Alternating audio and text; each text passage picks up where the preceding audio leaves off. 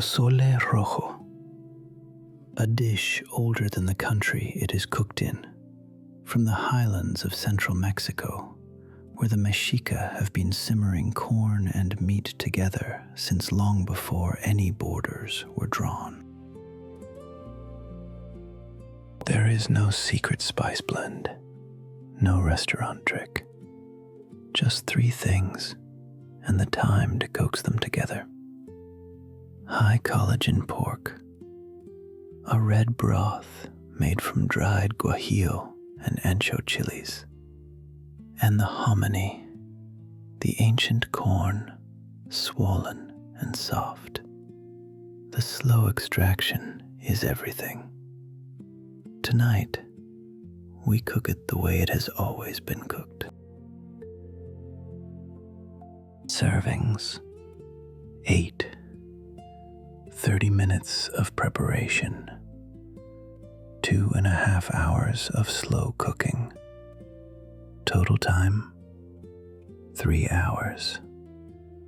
3 pounds of pork shoulder, 60 ounces of white hominy, 10 dried guajillo chiles, 4 dried ancho chiles, 1 white onion, 8 cloves of garlic, 2 tablespoons of Mexican oregano, 2 tablespoons of salt, 96 fluid ounces of pork broth, and 2 tablespoons of vegetable oil. Place the pork shoulder in a heavy pot. Add half of the onion quartered, half of the garlic smashed, and the broth. Bring it slowly to a simmer. Cover the pot and let the meat surrender to the heat for as long as it takes. While the pork simmers, seed the dried chiles. Tear each one open. Remove the stems and the seeds. Place them in a bowl and cover them with hot water. They will rehydrate slowly, softening, releasing their color, turning the water a deep brick red. Drain the softened chilies. Add them to a blender with the remaining garlic. Blend slowly until the chilies become a thick, deep crimson paste. The color is the most important thing. Anything less than this dark, almost black red is not pozole. Heat the oil in a small pan. Add the chili paste. Sauté it slowly, letting the heat unlock the deep aromatic compounds. Restaurants skip this step. They simply stir the paste into the broth. We will not.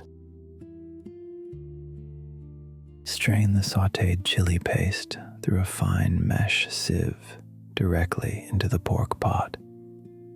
Press it through. Discard the solids. Add the hominy. Add the Mexican oregano.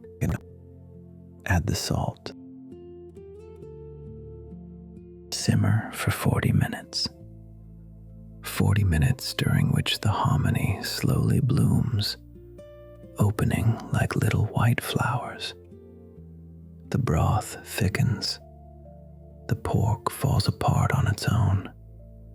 You do not need to shred it. The pot will do the work.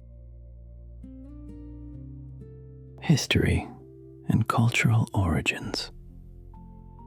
Pozole is old, older than the Aztec Empire that named it. The word comes from the Nahuatl, pozolli, meaning foamy. It refers to the way the hominy splits open during the long simmer, releasing soft white starch that floats on top of the broth like cream. In the time before the conquest, Pozole was sacred. Bernardino de Sahagún wrote of the dish being served at temple feasts in Tenochtitlan, prepared with hominy and with meat that was not always pork. Pork did not exist in the Americas before 1519. After the Spanish arrived, pork replaced the original meat. The dish survived. The hominy stayed. The chiles stayed. Only the protein changed. For 400 years after the conquest, pozole quietly became a household dish. Sundays, birthdays, the night before a long journey, a pot of pozole on the stove meant the family was gathering, meant something mattered. In 1921, on the centennial of Mexican independence, pozole was declared a national symbol. It had earned its place at the center of the table. Today, pozole is the dish of Independence Day, of the Day of the Dead, of weddings and quinceañeras, and the second day of any wake that lasts more than a single afternoon. In central Mexico, families still gather their grown children around a single enormous clay pot of Pozole Rojo and pass small bowls of dried oregano, of sliced radish, of shredded cabbage and lime for each person to garnish their own.